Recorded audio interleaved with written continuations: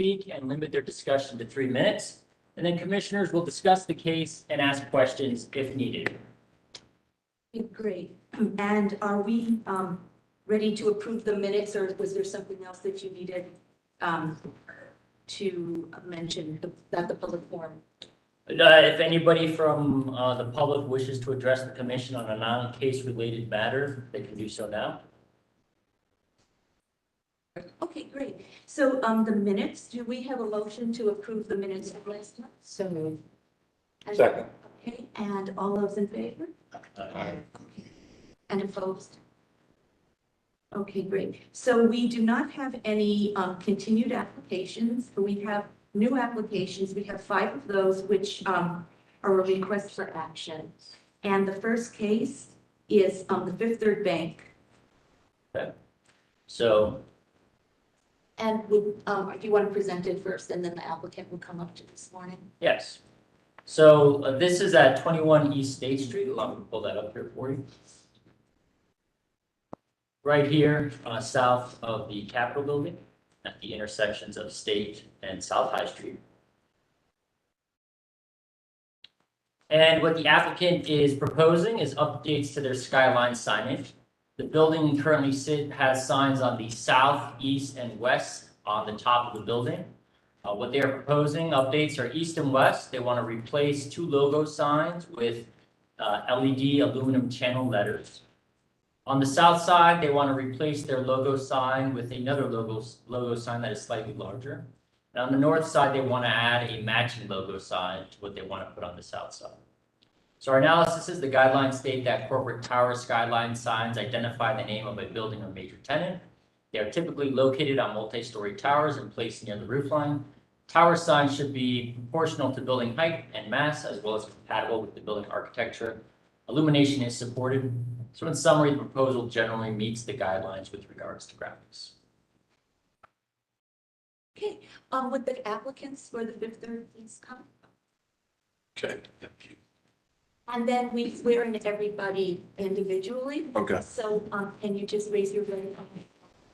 You swear to affirm the testimony you're giving today is the truth, the whole truth, you got the truth? I do. Great. And Louis, do you need them to state your names for record? Yes, please. I'm Kevin McCord with Signorama and McCord Signs. Emily Yalen with Fifth Third Bank. Great. And so you can present your case. Okay.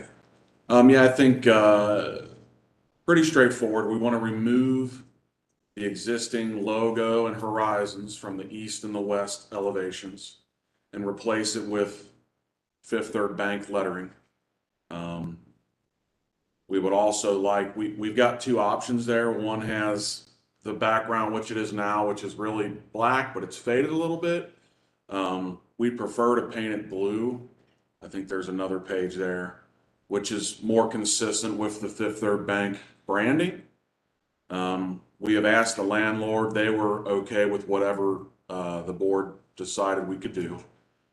And then on the south facing elevation, it has an existing logo sign, as was stated, but the existing logo sign is not shaped as their logo is. It's round on 2 sides and 90-degree angles on the other 2.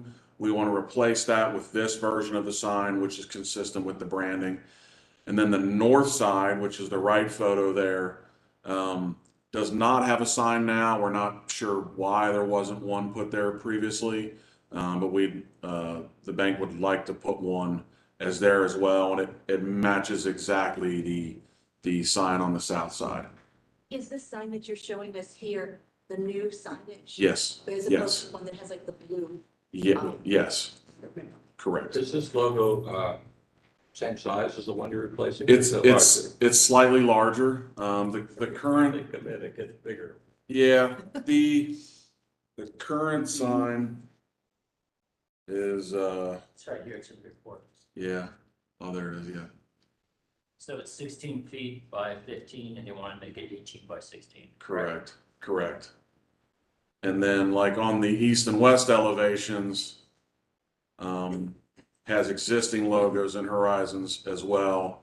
I know square footage always comes into play. if you were to draw boxes around the existing signage versus what we're proposing, it's approximately 500 square feet less in overall square footage if you were to do that squared off methodology. We don't look at square Yeah. footage for skyline. graphics. Understood. Understood. Do you have an image of the new sign on the actual on the actual? Yeah, it's on drawing. Yeah, I mean, In the submittal. So those two, I tried to get pictures from the ground. It did no justice. So I use these elevations so you can see what the logos look like on the actual facade. And then on the east and west elevation, that's on the drawing before that.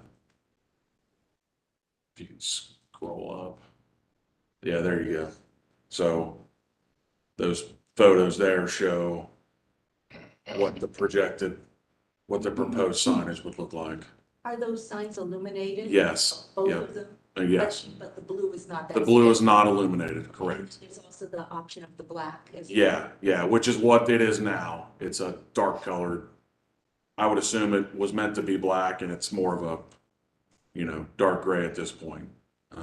Would you be painting it black then if we use that? I think they would probably wish to repaint it before we do any work there. I think we'd be money ahead to do that. Is that still kind of a translucent? Yeah, it's a mesh. Yeah, I call it it's like a 70-30 mesh material. Any comments or questions? I don't have any issue with updating the logo. I don't really have any issue with putting one on the front. I don't think the blue version, I don't like the blue version because it makes that entire structure the sign. Mhm. And this is ancient history, I guess, but that location, that signage on that building is what gave the city council, gave to us the authority to regulate signage because it was so big and so, such a big change to the history. And I think painting it blue makes the sign, it makes it look like the whole thing is the sign. I think it's way out of scale. I think the white letters on the black background is consistent with what we've approved in the past. And it seems reasonable to me. Yeah, I agree with that. I think the black is more successful than the blue. Okay. And I think the blue just dominates and just detracts from the building. Okay. I don't, with the front and the back sign, the north and the south, I don't have a sense of how that fits into the space. Is there any border around it, or is it completely covering? Yeah, there's about 4 feet or so on the top and bottom, and maybe a little less on the sides on the north and south elevations. Okay, so any other questions or comments? I guess I'm not opposed to the blue because that's part of the branding Mhm. for Fifth Third.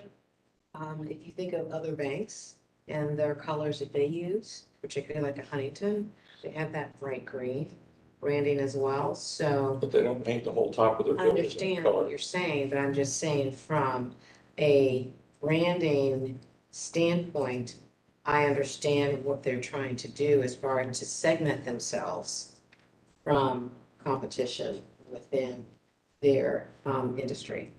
That's all. Anybody else?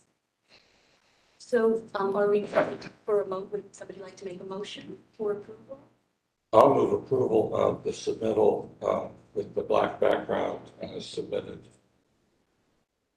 second. And all of those in favor? Aye. And opposed? Who's seconding that? Or- All right, well, thank you very much. Thank you. Thank you. Our next case is 330 Rush Alley. You looked at the pictures, I did some site visits of the location. This is the location right here. This is the new buildings on the peninsula. This is the eastern side that will be facing the park and co-side. The sign will be going up here on the building. And of course, across the way is the new park. In some perspective. Just need to swear you in. Do you, swear and affirm that the testimony you're about to give today is the truth, the whole truth, and nothing but the truth? Yes, I do. And, can you state your name? My name is Don Hayden. So here's the applicant is proposing a skyline sign on the eastern elevation of the building. The 5-inch deep channel cut letters and logo will measure approximately 17 feet by 6 feet. The guidelines state that corporate signs, this is the same analysis as the previous one, and the proposal generally meets the guidelines with regards to graphics.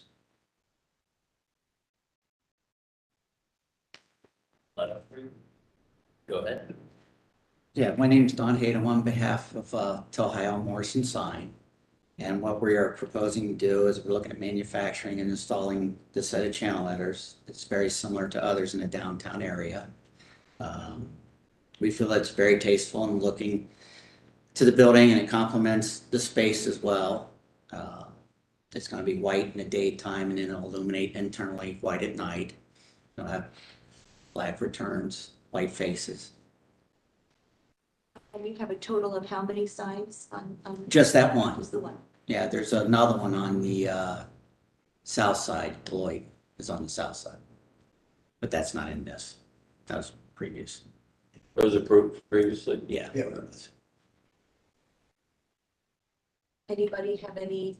No color, well, I know their logo typically has 3 colors. Multi-colors in Yeah. the brand, right. No, they've kind of gone to just all white. Their logo or the medallion, they call it, used to be multicolored. Yeah. And now they've gone to just white. Okay.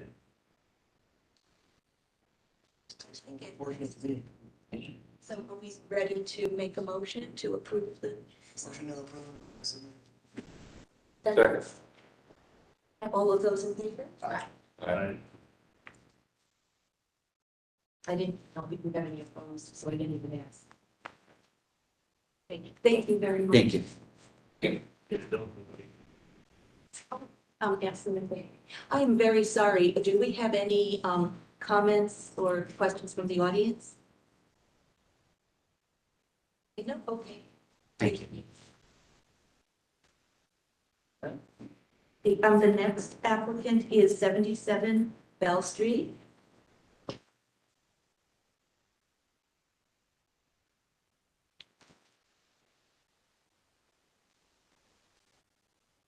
So the next case, as you said, 77 Bell Street. And I just need to swear them. Oh, sure. So do you swear to that the testimony you're about to give today is the truth, the whole truth, and nothing but the truth? Yes. Can you state your names, please? My name is Julie Brownfield. I'm with RBHD, representative for the owner. Hey, my name is Chris Rose. I'm with the Columbus Sign Company. Thank you.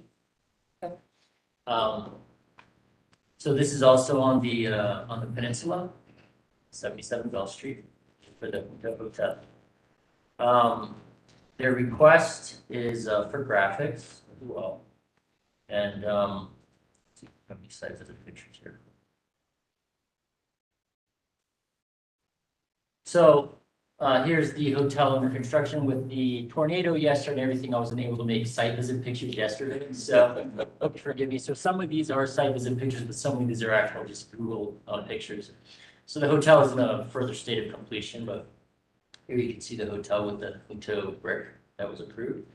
And just give you kind of a view looking east between the building that we just looked at and the Junto Hotel of everything else. So they are proposing a signage package for the hotel consisting of 3 projecting signs and 6 wall signs.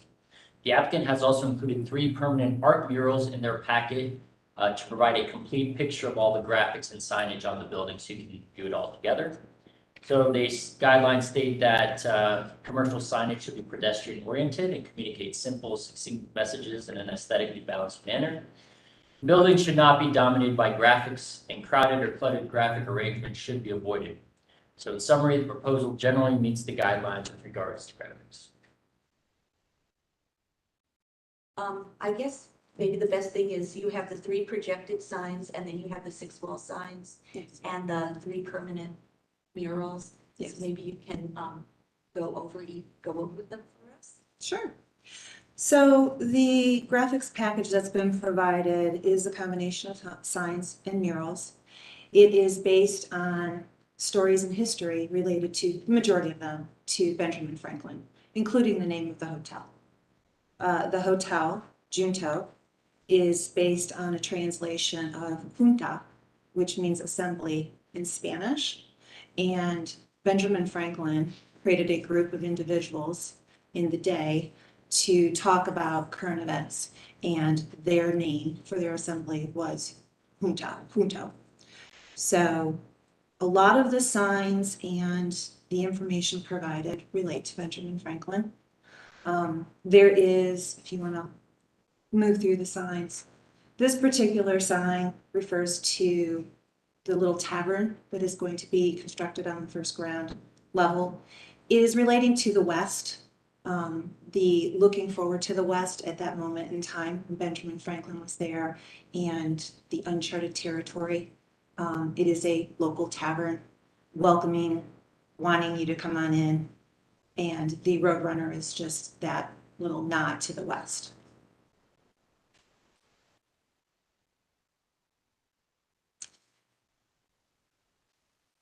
Again, we've already talked about the name Junto that is coming from. Okay, go to, this is a quote directly from Benjamin Franklin. Well done is better than well said, that we want to put on the building.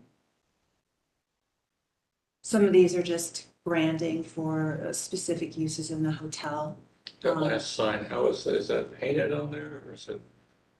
The quote, Paint. yes, the quote is painted. That's part of the murals. This is a sign actually prepared by Columbus Sign. Yeah, and this is in the alley. I believe here the graphic you're seeing, there's a combination of the painted little west alley in that line. And then it's just denoting an entrance to the backstage, kind of nostalgia feel. Very small wall sign here in the alley. This graphic relates to the assembly for Benjamin Franklin. It is also rooted in local Columbus. The hands represent the growth. The flowers are native to Columbus, and just paying homage to the area of new growth and creativity. Are these murals, they're going to be painted on and Yes. they're intended to be permanent murals? Yes. This is just a sign for the kitchen entrance there for the pickup, the little window through the alley. So the hotel itself is divided. There's a pedestrian alley in the center, and some different blocks on the first ground level. And so pedestrian alley has different doors for coffee shop and tenants to be named yet, as well as this little pickup window outside the kitchen. This sign had already been approved. It is a brick sign that is actually put in with relief on the building, and we included it as part of the package so that you could see the overall signage. This sign is actually for the bar. It is called the Brass Eye. Benjamin Franklin had written a book specifically called the Drinker's Dictionary, where he coined many phrases for drinking and things of that nature. And this eye is our nod to him, coming from those definitions in that book. This mural is also painted. It is, again, related to Benjamin Franklin and his assembly. There was an eclectic group. It was initially a small group of only 12 members, and there was an eclectic group of astronomers and people of the day with interests broader than just politics and society itself. So those images in there represent some of the members in his group. Coffee shop. The coffee shop, this sign is more kind of like a little slogan, but the next sign with Maudine, oh, those are cows, sorry. They're all related to Ohio State University. In 1926, there was homecoming queen was crowned, and due to a series of events, the queen was actually Maudine. Maudine was one of the dairy cows in the university's dairy herd. And so the cow images, the milk, the next image of Maudine actually, right there, that's a historical picture of Maudine, all reference Ohio State University. Is the coffee sign painted on there? Yes, Uh, That one's painted. above the door there, the text is, dimensional letters, but minimal relief, like there's half-inch plate aluminum letters. And that blade sign is illuminated at night. There had been discussion, yes, and so we intended to show the ability to have it illuminated. I mean, it still would be a black and white image, I believe. We did have internal illumination. Owners were kind of going back and forth with whether they wanted it illuminated or not. So we wanted to show at least the option of the illumination. Any questions or thoughts about it? Well, this is very creative, I think, and I had no idea, ignorant about this, I didn't understand the connection with Benjamin Franklin. I think that's really interesting.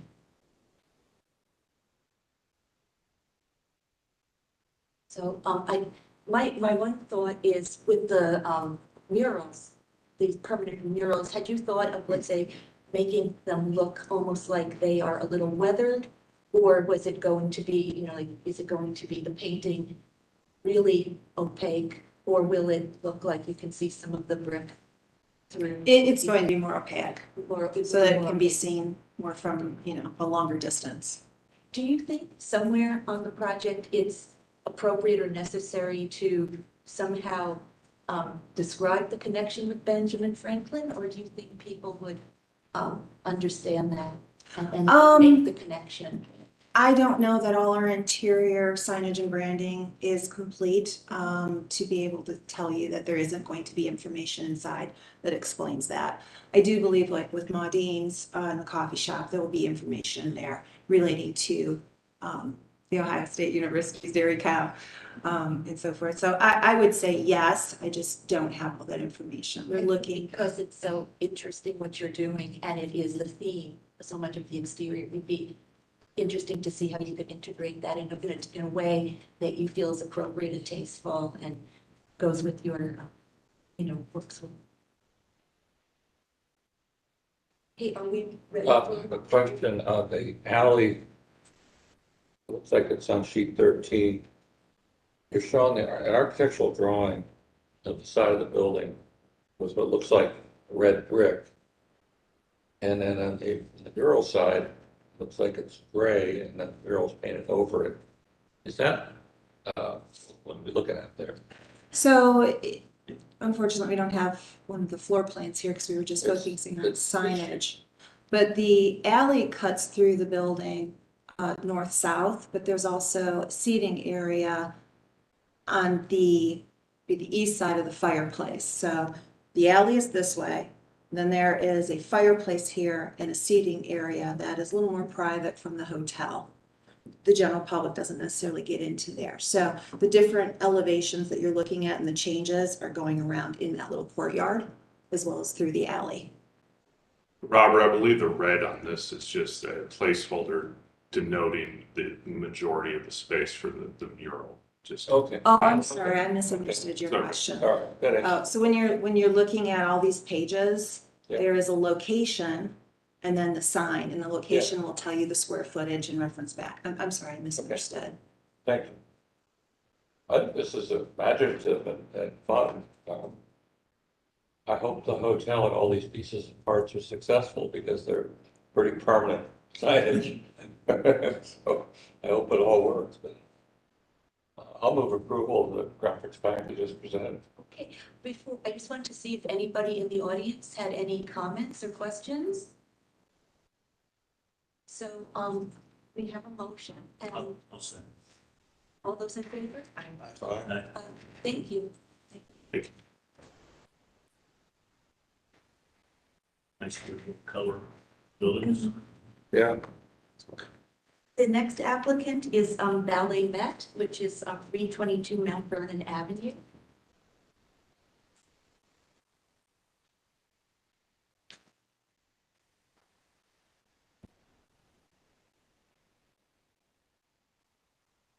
And we'll just swear in before we get started. So, do you swear that the testimony you're about to give today is the truth, the whole truth, and nothing but the truth? I do. Thank you. And your names, please? I'm Kayla Lahoney. Jonathan Barnes, JBAD. Caleb. Mahoney. And this, we've seen this once already, Yeah. and it looks like you've made a few changes and developed it some more. So maybe we could, you can just review for us those things. Focus on the things. Focus on the things that we haven't seen before, the changes that you've made. That'll be quick. Sure. Not too much has changed. We want to focus today's discussion on approval of just the building. So really just the two end caps of the connector, which is glass curtain wall system. I have a samples with me today of the glass and of the clear anodized aluminum curtain wall. Also, the metal panel above will match the curtain wall fenestration. There's not too much more. We have, due to budgeting purposes, we've given the kind of landscape components and hardscape components to a landscape I'm sorry, I architect. can't hear anything you're saying. So this is for approval of the building only. We've kind of removed the hardscape on the west and east plaza, kind of out of this meeting, just for budget reasons. The ballet is going to work with a landscape architect to come up with a solution. What you see on the drawings is the general kind of direction for that plaza space, but it's yet to be completely finalized. So this is for the building, the east and west walls. Are you talking about the plaza space on the east or the west, on the? Both sides. sides. What we have shown is the general consensus in the direction that we're moving, but we'll be back for approval for that space. Essentially, we wanted to create a handicap access on the west. So that's sort of new to you with those ramps. Landscaping fills in there, then that's to be determined. Yes. You're saying that's not part of this approval? Correct. Do the drawings say that you submitted? Like it is small. I've The application It was comes more up. of an application. I wrote it in on the application. I just want to make sure that whatever is in the record, we've approved, we've approved, so. I wanted to ask you, now with the new connector on the, is it would be the east side, does that become the primary entry now for ballet net, for the students to come in and really, everybody like the east and the west, but not the Mount Vernon Street entry? Right, I mean, that's always been the major entry for all the students and the staff on the north side, northeast. That's where they park. Some people do use the Mount Vernon entrance, but it's primarily that one. So this will remain basically the daily entrance on that side, on the east side. And had you thought, I know last time somebody had mentioned maybe a vestibule or some type of protection when you're coming into the building, and I know that didn't seem like something that, was practical, but have you thought of maybe a canopy, something that might be flat and metal that goes well with your curtain wall concept and is attractive, but have some protection there if that becomes the primary entry and people are waiting underneath? I think that's our, I'll say, longer term intent. It's not in the budget at the moment, but we all recognize that we would like to have some sort of protection there at the entry or even both entries. It's just not in the budget at the moment.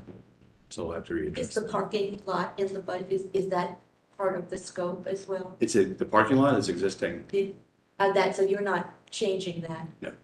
Leave that.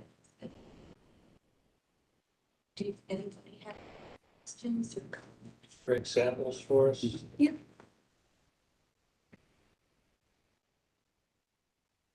Just for quick setups. This is the,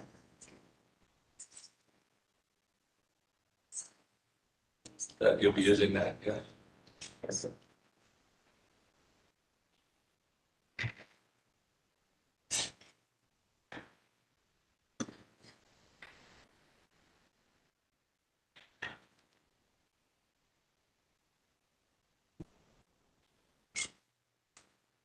think it's going to really be a great improvement. Wonderful to connect the two buildings and really make it like a complex. That's the idea. Do we have any comments or questions from the audience on this proposal? So are we ready to make a motion? Second. Of the building, only not the hardscape. And all of those in favor? Well, thank you very much. Great. Thank you. Thanks. Don't get your sandwich.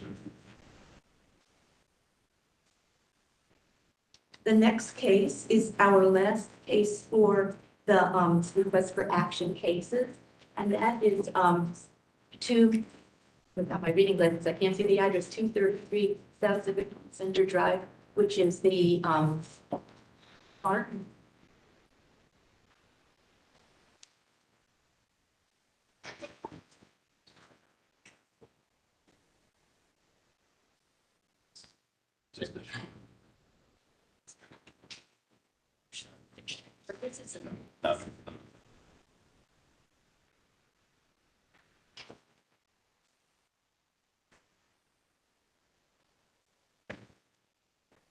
Should we bring the samples up to you guys, or? Oh, sure.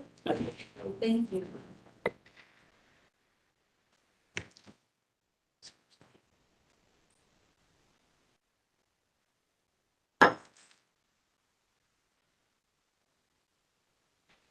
There's a Box of gravel. Yeah. there's a small one. There's a small one and a large one there. Just the small one should be good. Before we start, you'll be making the presentation, so we'll swear you in.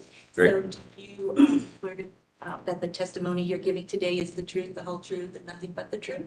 Yes. Oh, good. Okay. Yeah. And your name, please? So Christian Lin, landscape architect with AECom.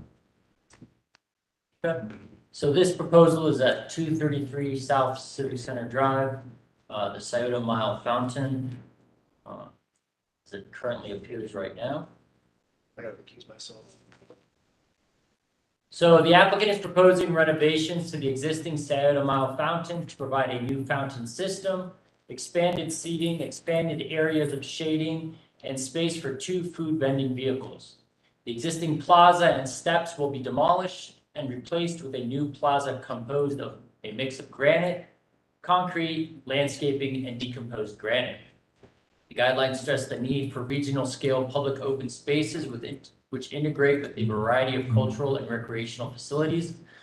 Public realm should be enhanced with improvements that promote good design, long-lasting building construction and materials, and attention to detail. So in summary, the proposal generally meets the guidelines with regards to design principles, plazas, and public spaces.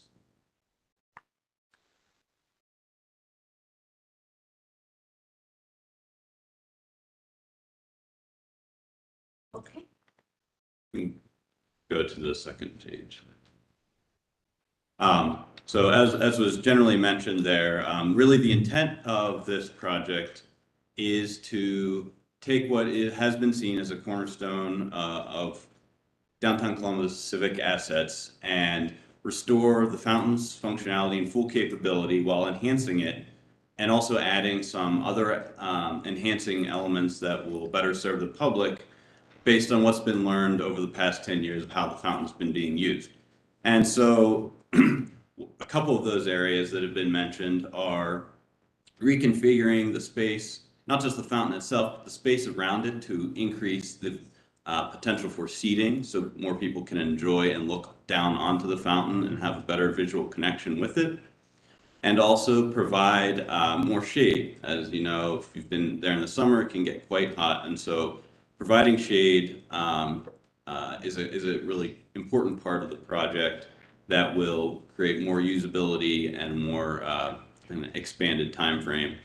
And along with that, one of the really important components is increasing its use seasonally. And so while the fountain itself will not operate beyond the kind of the traditional fountain season, we will have a winter kind of off-season elements in the form of sculptures and lighting, which will be accompanied with choreographed sound. And so those are, and the sound, would be, also included with the fountain expressions throughout the year. So as the design was considering the renovations, maintenance was a really big consideration. A lot of what you don't see in the fountain, of course, is underground. And so the new fountain that's been designed, it significantly reduces the amount of piping that goes between where the pump house is and the actual, the jets and expressions. And if you can, go, be easier to talk about.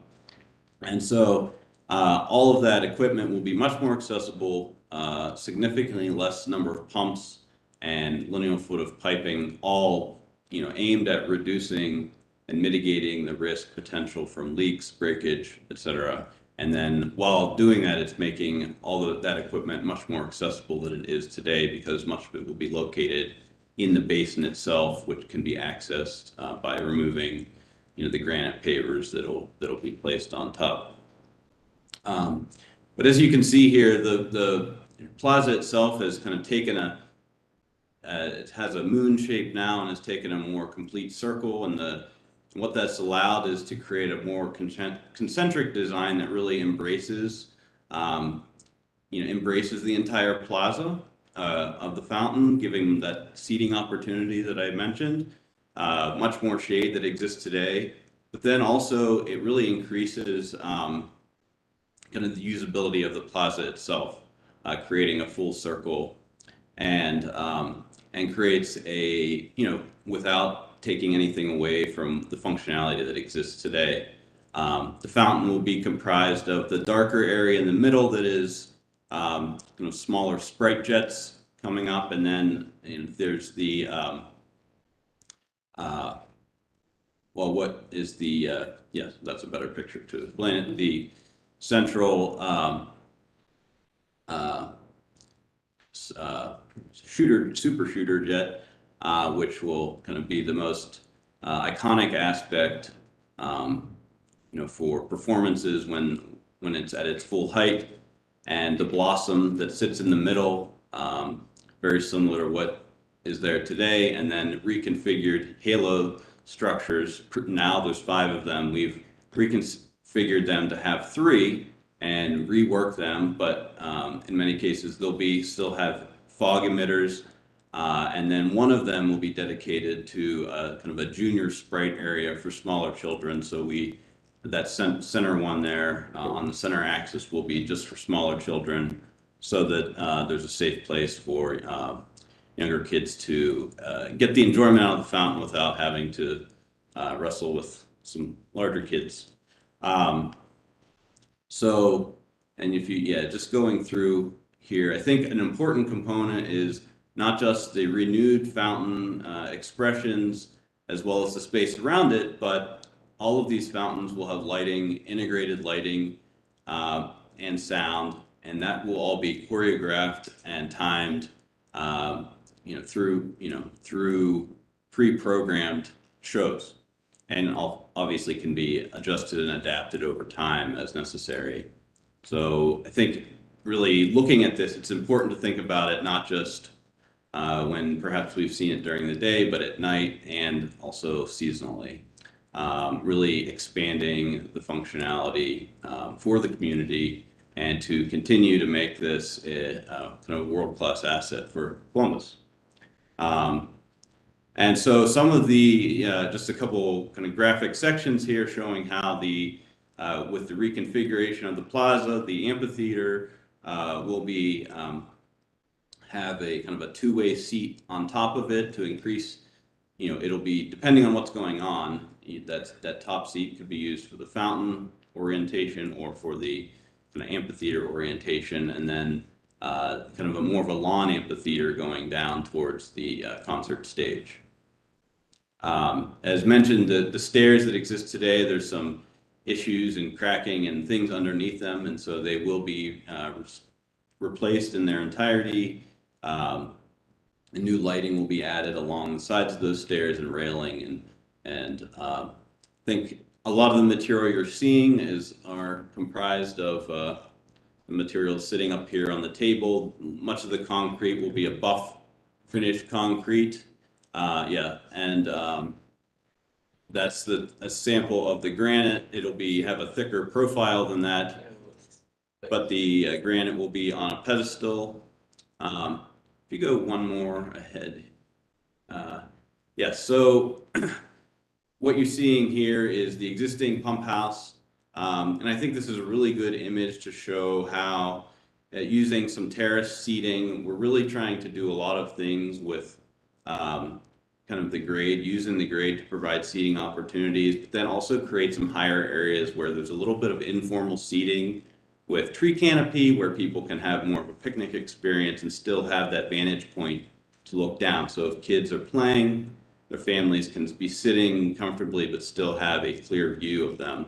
And so view sheds were a really important part of when we were thinking about the space and maintaining that visibility between potential parents and minors that are using the facility.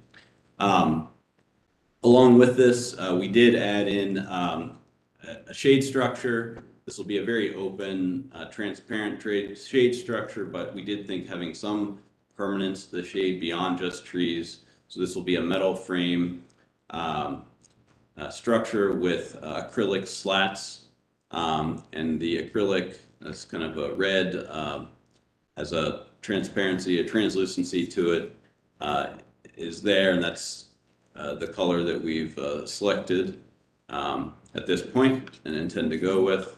And then the metal will have, I think there's a material sample up there, but kind of a gray metal that would match the furniture that's being proposed on the site, as well as some of the benches and other materials. There will be both fixed seating as in the concrete, as well as a lot of movable seating in the form of picnics and some lounge furniture as well. And so just not to get too much into the details, but this is a cross section of the fountain, showing kind of the main reservoir at the center of the fountain, where a lot of the maintenance will be driven by the fact that lots getting pumped in singularly to one point and then pushed out to the expressions, whereas right now there's many pipes running back to pumps within the pump house. So there's more, think of it more as a singular pump pushing it all out, and then the individual expressions can control when the water actually emits. So that's really at the heart of how a lot of the maintenance is being thought of and reduced in consideration of long-term sustainability. So are the fountains dynamic? They are, yes. So this, I failed to mention, this is a We Play system, which is a system that's more proactive actually than even interactive, but it is reacts to where the user is. So it'll, if you move, it can move with you, or vice versa. It'll move away and you chase it, and you can chase it. So it's sort of playing with you. You're playing with it. It's playing with you.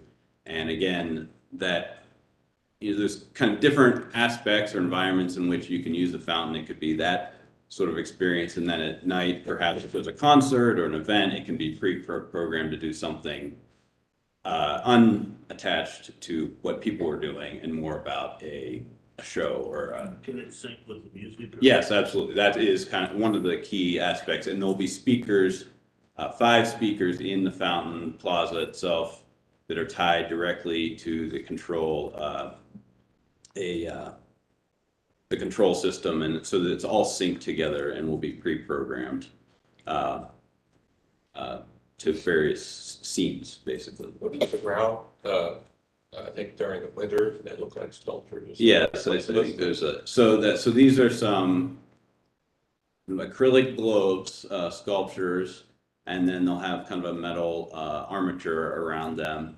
And so these will be affixed to the pavers.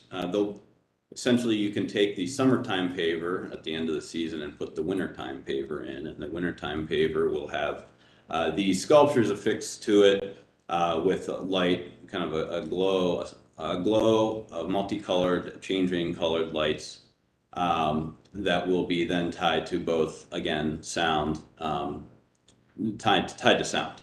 And so that was just an important aspect of, again, giving people a reason to be here beyond the traditional fountain seasons and getting use out of a really important, prominent space along the side of the river. Getting a fountain to look good at the wintertime is a challenge. It is. Have you designed a place to put these things during the summer season? I know we have discussed with the city maintenance and storage. I'm not sure a final destination has been determined, but it's aware and being considered and planned for. What are those made of? The glass, well, they're like an acrylic globe. It wouldn't be, not final design, but it wouldn't be too dissimilar to, probably the other acrylic there, yeah. But the other, having the metal armature around it protects it as well, so.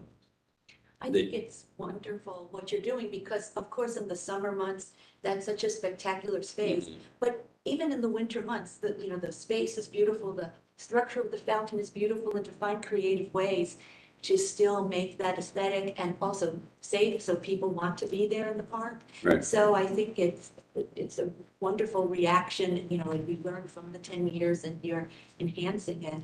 I mean, that park is highly utilized by the community. And it's great to see that you're adding more seating and particularly shade.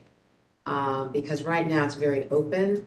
Yeah. And there's not really any place to go except if you went down to the Scioto Mile where there are trees. But I think this is spectacular. I do too. I just know this, and what you're seeing here does not sort of disallow other seasonal lighting that already happens, and so that could coexist or the full. It's not to say that wouldn't happen in the future. It's just not shown in this. We're trying to highlight the new elements here. I have one question. The existing design, there's that crescent shaped, I guess it's a grate that has all the small jets for the children.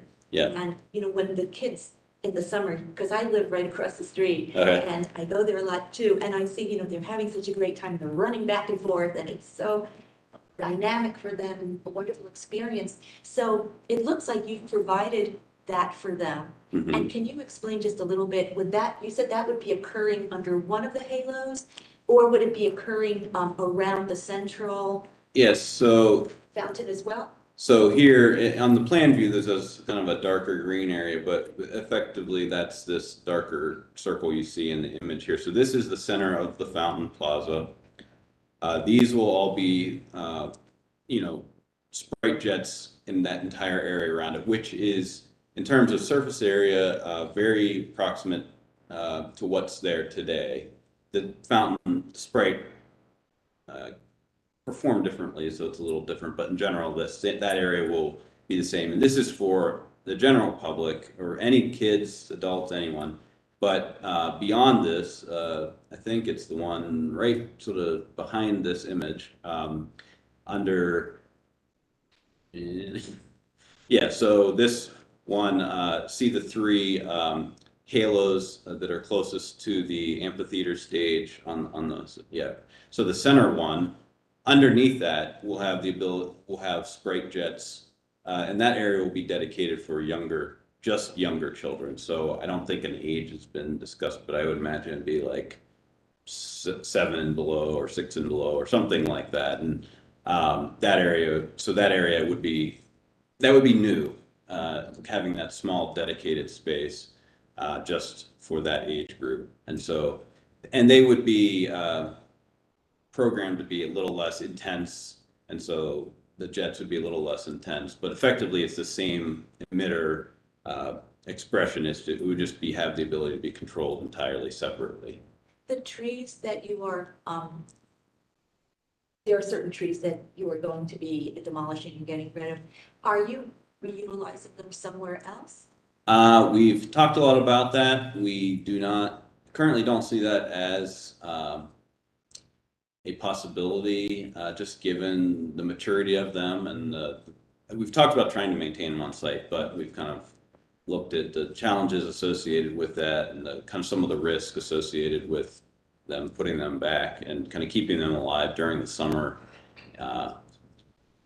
It's challenging. So no, but we are increasing the number of shade trees and of a substantial size that will go back into the space to obviously create some level of instant shade, not instant, but short-term shade, as well as, over time, it'll be a very full canopy there. So you're showing a year's construction, it looks like. And so that means there'd be nothing going on in that area for this entire summer, is that correct? That's the intent. We're to start construction, late this spring, and then be full year. Yeah. Right. See any way to avoid that? Yeah, I wish we could. Any other comments or questions? Great. Does anybody in the audience have something they'd like to say? Hi, Brigida Reese, Recreation Parks Director, just to give a little. Would you like to come up so we can all hear you?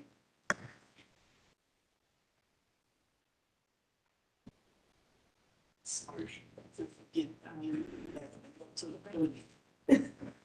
So just to give a little information, thank you all so much.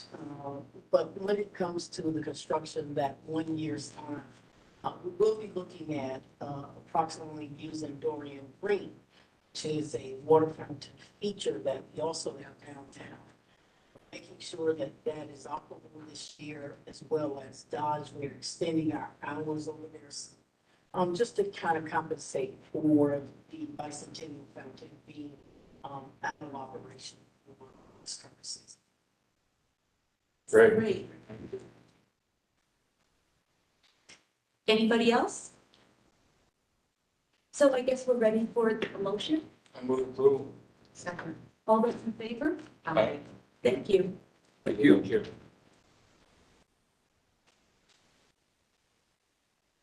Okay, great. So now we have 4 conceptual locations. Oh, and here, yeah, it was a speed bump.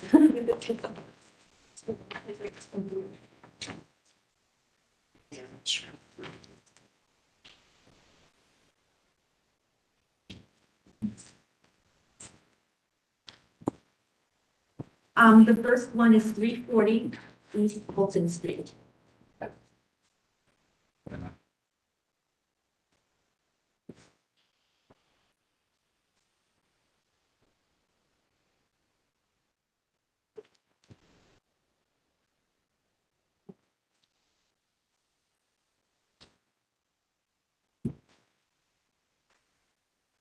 And we'll just swear you in first for anything. So do you affirm that the testimony you're giving today is the truth, the whole truth, and nothing but the truth? I do. Great.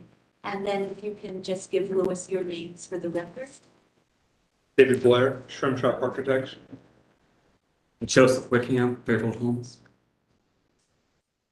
Wickham. Yes, sir.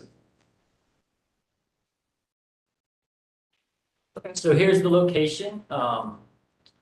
This proposal is at 340 East Fulton. It is right here at the intersection of South Grant and East Fulton. If you'd like, I'll just go quickly through some of the site visit pictures. This proposal, if you recall, was approved for demolition back in 2022, I believe, or earlier. This is its location near the interstate, across from the hospital. This is what's directly to the west. And here's the rear of the structure. This is what's across the street. So just some site visit pictures. I went through quickly because we've seen it before.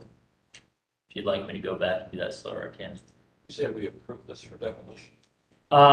So it came in for a proposal for demolition of the existing structure and approval of a 4-story mixed-use structure. So let me show you what, I can show you that packet if you'd like.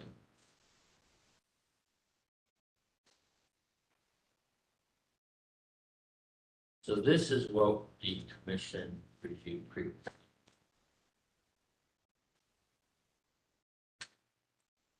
Similar in design, kind of in materials. It was a U-shaped structure with an interior amenity deck, and now it's changed to an L shape without the amenity deck, and it's a story taller. But so this is what came through. Did we take final action on this? Can't recall 100%. Was that conceptual or I could double check? Approved, It it's was, approved. it was approved, yeah. It's Yeah. not conceptual.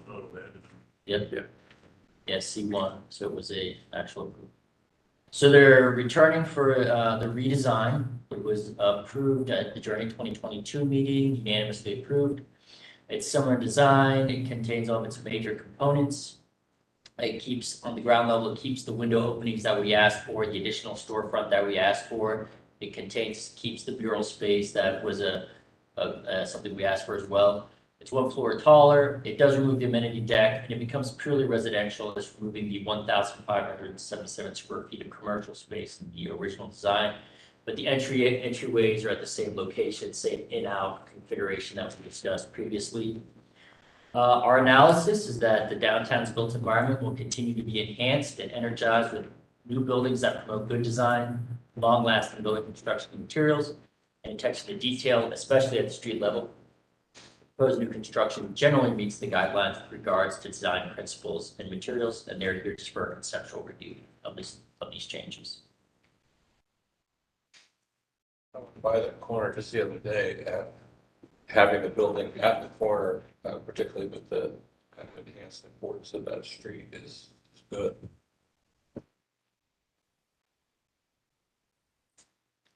It looks fine. And why are we here for conceptual, not final?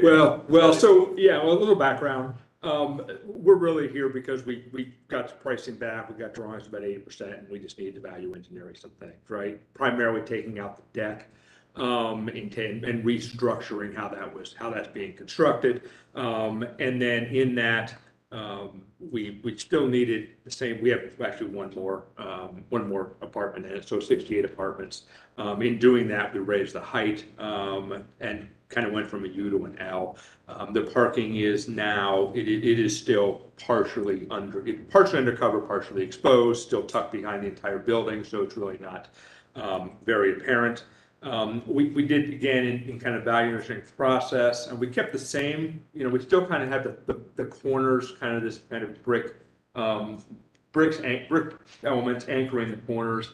And then we've kind of dropped in this new element. Before, it had been metal. That was part of our value engineering. It's now a lap-sided hardy, and it's on the back side too. I think it encompasses the fronts and all 4 sides a little better actually than it did before. And then it has some accent hardy panels, kind of accenting entry locations. We moved the entry off the corner, which I think is better, onto Grant Street, and avoiding the corner entry piece. Still solidifies the corner itself. Agreed, it is one of the open corners now with that kind of wall down Fulton of buildings, and this kind of infills that, and the building across the street, 4 stories, starts to create that a little more of that urban presence and gateway in and out of Grant there as you move across the highway. So we kind of accented the entry, taking a kind of band that's, I'll say, supporting the, the area that's the hardy and the siding. Still trying to use some whimsy, create some movement, because we are near a highway, with what's going on with the sheathing. The windows again are still in a kind of an offset, semi-random pattern in that area, again, to create some feeling of movement, whimsy. Again, I think it was mentioned, but I think it's important, the two entry locations, the entry on Fulton, the exit out of the garage onto Grant remain exactly as they are. We're still working with the city slightly to deal with where the street trees on Grant are gonna be, but we already had preliminary discussions with them. We're still landscaping, along the Fulton side. That shows up in the rendering, not too much in the site plan. We did set back the corner slightly to create a bit of an arcade, really rather than, I mean, partially for access, not over our property line, partially for not just putting awnings on, but creating a little more of creating a entries piece that's undercover, but not adding canopies and awnings kind of out over the property line. I think really that's primarily what we did, and the reason for us back. So we just needed to reevaluate maybe that and address it. The commission feels comfortable approving, can approve it. Have the level of construction drawings that would usually request. It's seen conceptually once and approved. Is the cornice on the brick section, is that corbel brick or is it some other material? It's a corbel brick, yeah. We approved the sign. There's not a final approval with a sign. I think this looks massive. Yeah, we have not, there's not a final approval with the sign. We had sign and landscape, I think, last time we came in, that we would need to come back and finalize. There's The columns at the southeast corner where you have the columns and the canopy, I know in the rendering, it almost looks like it's an exposed beams, but I think it's really not. It's like is it a concrete column with a panel wrap? Right, part of what we're doing is moving to a precast slab, at the first level as our slab construction. So we're really using precast concrete as our columns too. So really we're gonna wrap a precast column with some metal at the bottom to create the piers. And then, yes, it is that kind of band that goes up and around is a steel C-channel piece, that goes around there. So that'll kind of, the metal will tie that element together. Okay, so That's what that is. That's what the black element really is. There's a C-channel that goes across, which kind of actually looks as a supporting structure. And then you're seeing a little bit more depth to it as a soffit below. Okay, so that will actually have like a C-channel or something that looks like an exposed beam. It's going to look like, yes, it will. Yes. That's great, Yeah. because I think you have a nice, almost warehouse aesthetic, with the brick. Yeah. And I think that having that exposed beam, even if it's not structural, but it gives that impression, I think really adds a lot of character to the project. Are you talking about like the first floor? Yes. Okay. What are those like bands? Those like black bands? I think those are just like that. That's the hardy. They're just hardy board, just different color hardy board. They're just kind of, again, a little whimsy to create some movement and. About that too, are you going to have those flush with the other? Yeah, we were. Yeah, the only thing is a slight inset. Obviously, the entry is inset. So the entry and the arcade portion at the first level is inset. The one unit above that is inset. And then you see kind of on this, and if you went to the back, there's two more. The two-story blue elements, those are just slightly inset. Again, they're a hardy panel, reveal panel, rather than a lap-sided board. But they're just really, those couple elements are inset. Not really making a balcony, but just a little bit of depth to the facade. So you said with those horizontal dark panels. Those are flush those with the rest of Those are it. flush to the gray. Correct. The only insets really in that area is the like two-story blue elements you see, one on each side. That's the only portion that's really inset from that primary. 16 inches. It's not enough to be a balcony. It's just, yeah.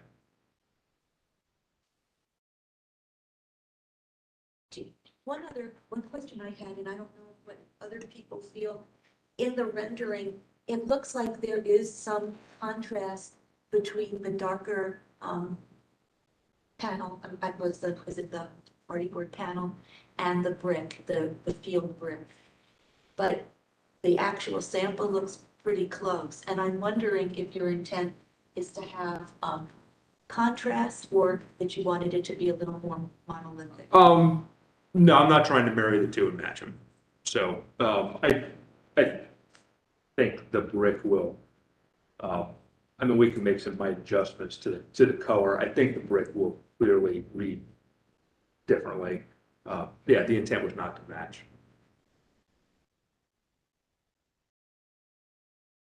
And then you don't have the amenity deck anymore, but you do have an outdoor, looks like an outdoor area, an outdoor garden area. We added a little, really in the back, I tried to create, there's some space, just for the parking in the back, so I tried to create that, yes, you could have a little gazebo type, a little seating area, a little grass, probably where bikes are. It's about the only space we had to do that, the parking. This use as a affordable housing does not have a high parking requirement. But we don't want to get too much lower, so we're really just noting that area and trying to create that a little bit more of a decorative fence. What is the fencing material that you? I think it'll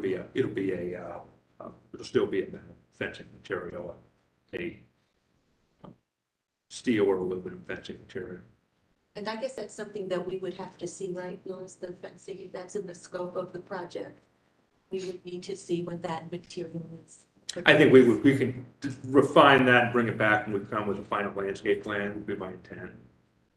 You don't have any materials, those samples or anything like that today? Sorry? You don't have any materials or windows? Just the word. Oh, yeah, okay. Yeah, you're on the side of it, sorry.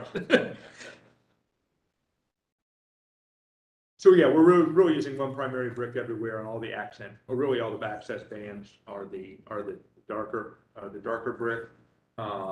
And then the four colors you see, the black metal is only at the corner, and then it's accents.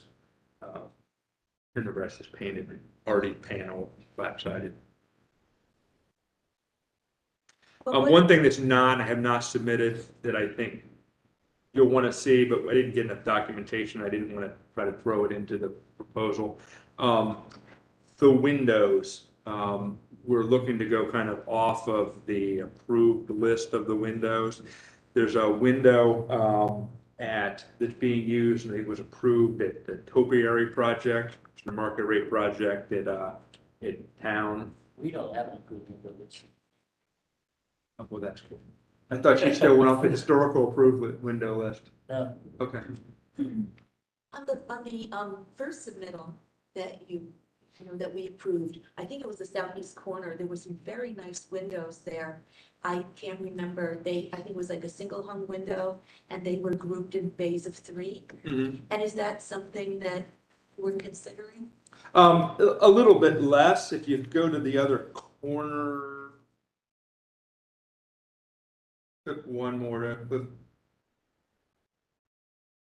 there. We have, again, we've used the divided lights to create more of, again, like you said, a factory manufacturing looks at the windows in the brick. So we'll have a divided light in the brick. All the windows are although they're often this, but all the brick windows would be a double hung or single hung, sorry. But we would use a divided lights in the windows that are in the brick to give them a little different feel. So were you saying you were proposing to use the windows that were used at the Topiary Park project? Yeah, it's a Lindsay window. Yes, and I can provide you some documentation on it. I just brought one copy of that, but it'll be the same. So I have it. It's the same project as that. Similar. You want to add it to them? I wish you took a little one of these. There's some shop drawing of that. Yeah. Is this a electric project? Yes, sir. Yes, sir.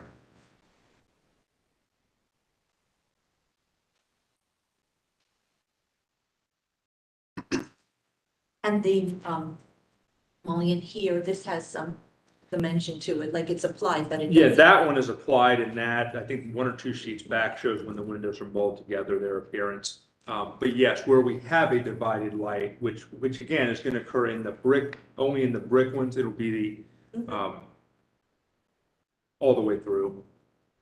So we'll have it on the front and then Okay, but, and that will be something like it will be applied, but it will have some, the actual. Depth to will it. Have some kind of depth to it. yes, yeah.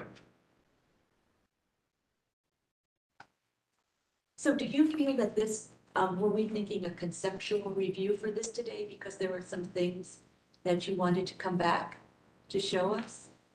The only thing I had outstanding really was that. I knew, again, from the previous, I knew sign was outstanding in landscape. So, we can, again, we can come back next month and list it as final. You can approve it now with those caveats, however you.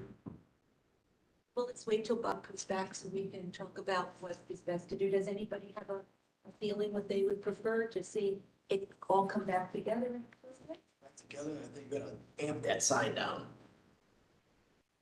Okay, so I guess if you were to come, if this were the conceptual and you were to come back, you would be showing us the signage and you would be showing us the fencing material and maybe a site plan for what's happening in that area.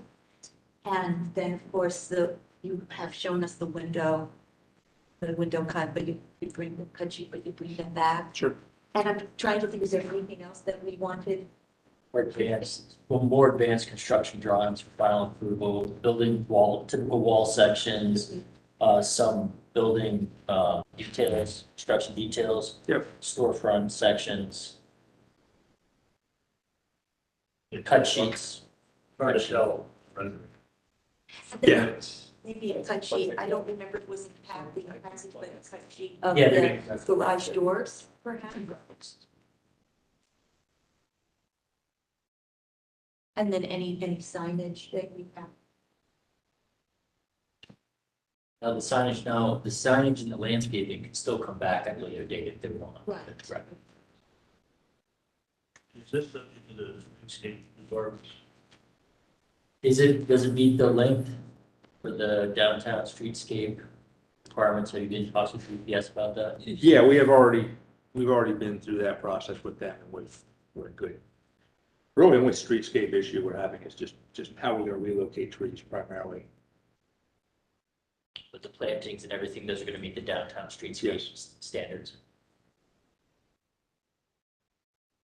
Okay, so then, you have the list of everything talked about, and you know what you're going to bring back for the final review. Yeah. Okay, well, So that's thank you great, very appreciate it. much. Anybody, in the audience have anything that they would like to add or discuss with us on this? No, okay, so, and I'm sorry, Bob, did you have something that you wanted to say?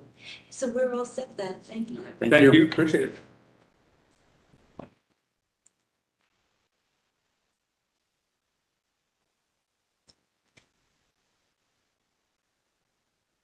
Okay, next case is 56 East Main Street. 220 Vine Street. Oh, I am sorry, 220 Vine Street, I apologize.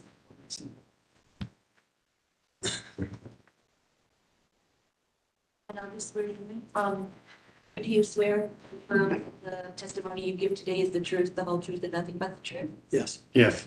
And your names, please, for record. Brian Ellis, Nationwide Realty Investors. Dan Haynes, Columbus Architectural Studio. Thank you. So here's the location on the map for the proposal at 220 Vine Street. The aerial is old, but the commission previously approved the Chipotle office building here. This is very close. And parking garage here in the rear. And they had shown basic drawings, concepts of some sort of residential going in here at that point in time. They've been waiting for these large overhead power lines to be removed for the project to move forward, and that has taken place. So I wasn't able to do a site visit, but here are some pictures I could get. Some of these are dated from a couple of years ago, but you can see it's this area right here. This parking garage is pretty bare because it was expecting for the residential, and that's where the parking for the residential will be provided as well. Just gives you an idea of kind of the area. To the south are the flats on Vine, directly across the street. To the southeast, we have a gravel parking lot. This is also, I'm sorry, this is to the east. To the southeast is also a parking lot. So they are proposing the construction of a 124-unit, 5-story residential building. It will complete the redevelopment of the city block, which was redeveloped with the office building and parking garage in 2020 and 2021. The E-shaped building will consist of brick and charcoal covered fiber cement panels, siding, and trim. The project also includes an outdoor space with a full deck and sidewall. The building design guidelines are the same as the previous one. Of course, the integration of plazas, courtyards, and other spaces is encouraged. Proposed new construction generally meets the guidelines with regards to design principles and materials. And as always, we ask the applicants to come in for a conceptual review first to give you guys time to feedback. But they have a very thorough plan with very advanced construction drawings, which would be at the level for final approval. So if you feel comfortable doing final approval, they have requested that. Thank you. Yeah, it's been a little while since we've been here. But we did present this for information in November of 2019. And candidly, not a lot has changed since you reviewed it at that time. We wanted to make sure that you had the entire context for the site. And obviously this is an important component, but we have been waiting to get AEP to relocate the lines and bury them. So the good news is we're just about there. We think the lines are going to get underground here shortly. They're actually, believe it or not, for this many times in this kind of COVID environment, or now maybe it's post-COVID, that we are waiting on materials. We're waiting on actually the line to get in the ground. So, but we don't know exactly when that's going to happen, but we're here to try to be ready so we can make that happen and get this project going. As Louis mentioned, it's 124 units. But the only thing it is 5 stories generally speaking, but on the west side, we're building a small podium and it'll be 6 stories to allow us to kind of follow the grade. Think of it as sort of the walk-up basement on the west side. Actually on that side right there, you can't really see it, but where those trees are, those are all units. I think there's 4 units on the west side, and there's also a couple of units, walk-up units on Kilbourne on the east side building. And then of course you'll see the courtyards all have walk-up units as well. One of the challenges with this project was to get a pool in, have it fit within the streetscape, have it be an amenity for the project.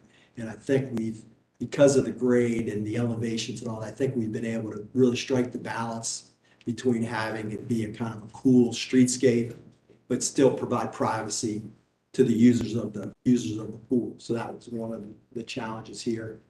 Do you want me just to click through as you speak, or do you want Yeah, you can just walk through. That's fine. So Dan, you can. Yeah, I think the other thing that we want to make sure that we convey is that the building is very open, sort of to the street. So we have 2 entrances that come out on Vine Street that are for residents to sort of get into the district. There's a leasing lobby that's going to be on the west side, and the main entrance to the apartment complex is on the east side as well too. And as Brian had mentioned, we have a lot of walk-up units. So we think that it's very important, while the apartments are connected on each level of the garage, that we still have people the ability to get down and into the district and sort of park your car. And this is how you sort of get into the urban experience. One thing I'll just mention is you saw the sort of that unflattering image of that blank wall in the garage. These units are pressed right up against the garage, and one of the features of this, we have a single loaded corridor on the north side, and it allows for direct access on all levels of the garage or all levels of the apartment project into the corridor. So somebody that's on the fourth floor can park on the fourth floor and walk right into their floor, which we think is a nice advantage, nice amenity for the users. Was wondering, I know you have a lot of the challenges with the grade change, and you have a number of the walk-up units. Are any of those handicap accessible, or do they all have to have a step up? Or do some have, let's say, a way to get in with the ramp? So all of the units are accessible. Those would be accessible from the corridor side to get to. Yeah, but everyone will be accessible. All the units have access from the inside, and some have multiple access, some have access from the outside as well. It was But important. the building itself, is the building itself accessible to people from the street, or you have to Correct. be in the garage? No, you don't have to be in the garage, so you can get access into the main lobby that's on the Kilbourne side. To get in, you can have access that way as well too. And then you have on Vine, 2 entries into the courtyard. Mhm. And are those meant for residents? Are they meant for public? Are they? Residents. Residents. Yes. And they both have to have the steps up because of the. Because of grade, correct, yeah. That gives you a good idea. We have challenges with grade, but also, I think it creates opportunity for us. I mean, in terms of what it looks like and how it all comes together. Again, we provide some privacy to the people that are using that courtyard, but it also becomes a streetscape amenity, I think. We really like the way it feels on Vine Street. We think of this location, we mentioned it when we were talking about the Chipotle headquarters and what's now 500 Neal, as sort of a gateway to the arena district as you come in from north to south. And it's important. Is there visitor spaces in the garage? We have, it's a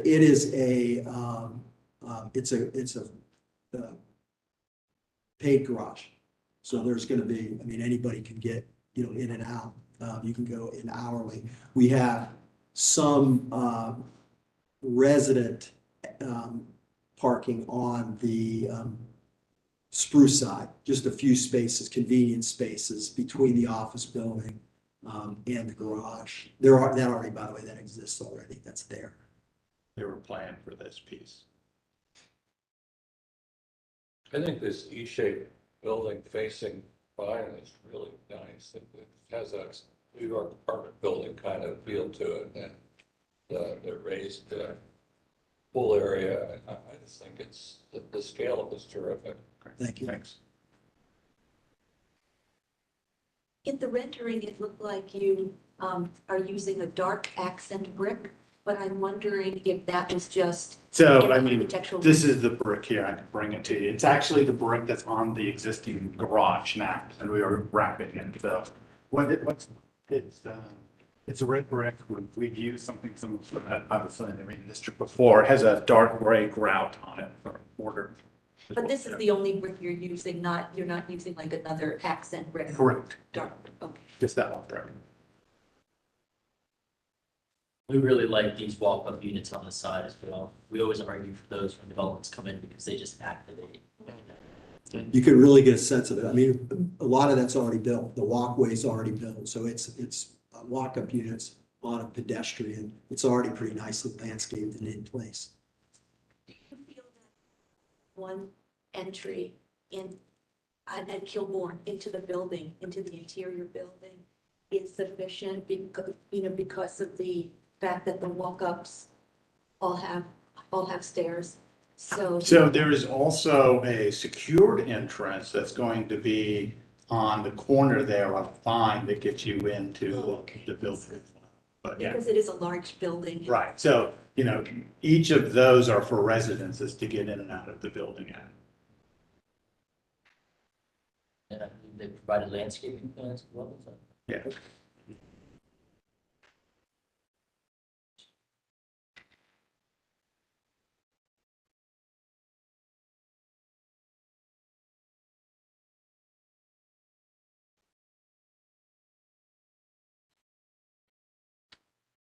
I'm not even assuming. It didn't open in PDF, it opened up on the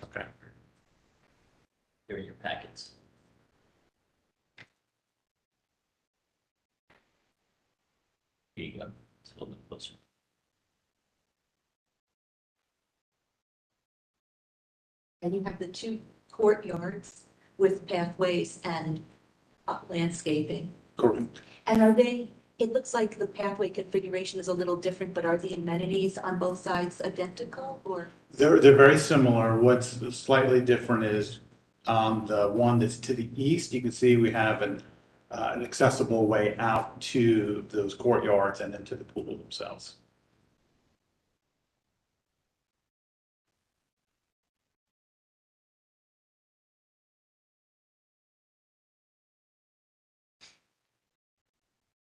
Is there signage on the wall that faces Vine Street? We have three pieces of signage that we're showing. We have one that's up high that's going to be, we're saying lit. We have another one that's on the site wall that is not internally illuminated, but we want to light it. And then we have two little, or three above the kind of those entry doors, just the 220 signs. And that view down there shows Kilbourne where your building abuts with the garage. With the Correct. existing garage. Yeah. Which is done beautifully, you know, how you've lined everything up so well. Yeah, thanks. There's, I think, aren't there some images of the sign on? There are, back into the rendered packages, there showed images of the signs as well. And you're just doing a concrete deck around the pool? Yes. Yeah. So you're ready to go with this? We're ready. We're ready. One of the things that's happening, Bob, here is that we're sort of waiting on that supply. So we want to be ready. We want to get this in for permit and we want to be ready to go as we wait. And as soon as we can get those lines buried, get the materials here and get the lines in the ground, then we'll go. Well, this is as complete a package as we ever get. I haven't seen any reason why we can't give a final approval. That would be appreciated. I just had one really quick comment. Where the balconies are, it looks like on where your entry are, you're using some type of I don't know if it's real wood or if it's something that looks like wood, the light wood on the underside of the canopies. And the balconies look rather dark to me. And I'm wondering if you could, if you considered that and ways to lighten it up a bit, or if you feel that's just how it looks in the rendering. I think that's how it looks in the rendering. I mean, the color of those things are this color. Kind of standard Marina District I think they're kind sort of of colors. in shade on the rendering. Yeah. Well, that's good. Yeah. Detail. Yeah. The brickwork is beautiful and the shape and. Right. So should we make a motion for approval? I move approval. Second. And anything from the audience? All those in favor? Aye. Thank you. Thank you.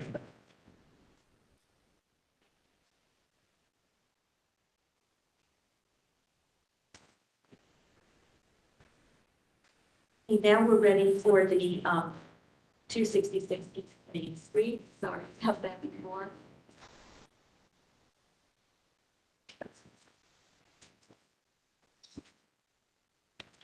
We'll just swear in. So, do you swear that the testimony you're giving today is the truth, the whole truth, and nothing but the truth? Yes. Yes. Thank you. Louis, your names, the record. I'm George Berardi Partners. Louis Aspires, Berardi Partners. Thank you. So this proposal is at 266 East Main Street, here at the intersection of 5th and East Main, this large open area to the south of the J.C. Arms building. This came before the commission conceptually in 2022. I'll just go through some pictures real quick. On the site, as you can see, this large row of trees. It's right now a parking lot. Just gives you an overall view. This is looking west. A line of trees that are there. Sidewalks kind of in bad shape. You can see the setback. Here's the parking lot, large parking lot. Building setback, kind of like a 1960s design, 70s now. And then you can see the building. This is the corner, the northwest corner of the site. They're putting another building there, but that'll be later on in the development. and just some views of the surrounding area, kind of like that Market Mohawk type construction. Gas stations. Okay, so with that, they are returning with a redesign of the previous proposal. Major elements such as unit count and materials remain the same. However, the two buildings, originally they were split. Would you like to see the original last proposal? Are we good? You? Okay, it was split and had a drive down the middle. The two buildings are being combined at this point into one larger building. You can see the original proposal had these two L-shaped buildings with kind of like a roadway going down through the middle. So they're being combined into one large building that will create an amenity space. Materials will consist largely of modular brick, veneer, and fiber cement panels. The row of mature trees will be removed as part of the proposal. The guidelines, these have already been reviewed for the most part today. However, building materials used in the downtown should be of high quality and durability. Traditional masonry materials are appropriate as they have proven durability and structural integrity. So in summary, the proposal generally meets the guidelines with regards to building design, although staff notes the high amount of fiber cement panels being used on the structure instead of traditional masonry materials as recommended by the guidelines. That's what we have. Good, thank you. Thanks for the introduction again. Yeah, the original proposal was intended, and I apologize for my voice, I've got a little bit of something here, but the original proposal was intended as two separate 60-unit buildings. And we were fortunate enough at the end of the day to proceed with Ohio Housing Finance Agency and get it approved as one phase, only as 120 units. So it combined the buildings. I think it's affordable housing, it's low-income housing tax credit project. We came back at one point for conceptual review and are coming back one more time for conceptual review, only because of some of the comments that were made before. We want to make sure that as we proceed through the document phases at this point, we're close to 70% documents at this point in preparation for submission for final financing approvals. And we're looking to make sure that, we're just interested to make sure that, what we're doing is still on track. There are still opportunities to make some minor changes, along the way. The project still maintains a clean, organized street view, same materiality, if you will. It connects it. Do you want me to just click through as you speak? Yeah, please. Yeah, again, as you click through it, what you'll see is that even though the two buildings were separated, the ends of the buildings, the shoulders, if you will, are really just joined. And the basic essential architecture was very much the same. The materiality, again, includes a variety of products, masonry products, and some cementitious materials. We're trying to maintain more of a look that takes back to a streetscape that may have been historic at a point, where we tried to develop more of a road type development along Main Street. So that's really, it. I mean, if you look at the building, one of the things that we have is we have 120 units. Again, we're at 116 parking spaces, all of which are under cover beneath the podium. There is a redevelopment of the lot for J.C. Arms as a function of refinancing that part of the property. So that'll be coming back for other approval, but there is enough parking there for J.C. Arms as it currently exists. In fact, the reality of it is that the parking lot as it exists today is only occupied by about 30% of the residents. So we're really paving, we're using a lot of pavement for nothing. So we're taking that part of the site to the south and really redeveloping. Our idea was along Main Street, and again, the client was really interested in maintaining a commercial front, really to populate Main Street. So that gives us somewhere in the order of 11,000 square feet, or a little bit more actually. The main entrance to the building would be at Main Street with a pedestrian way. We've gone through preliminary site compliance review with the city. Edge Group is in the process of finalizing our landscape plan. We are replacing all of the trees both Fifth and Main Street. On, what's interesting is on Fifth, we're using grates for the planting areas, but I think that the city would prefer to have the raised planting beds along Main Street, so that's really what we're showing here today. The principal vehicular access is going to be from Fifth, so that's really pretty well controlled in terms of how we get into the property. And it still provides that same access for J.C. Arms as well. But one of the things that we're looking at is that there will be small families, probably single moms, maybe single moms, so there will be children. And what we chose to do was really continue with our development with an amenity deck above grade level, more of a defensible space where we're providing a little bit of green space, a little bit of a dog walk area, play areas for children. So we're really happy to be able to accommodate that.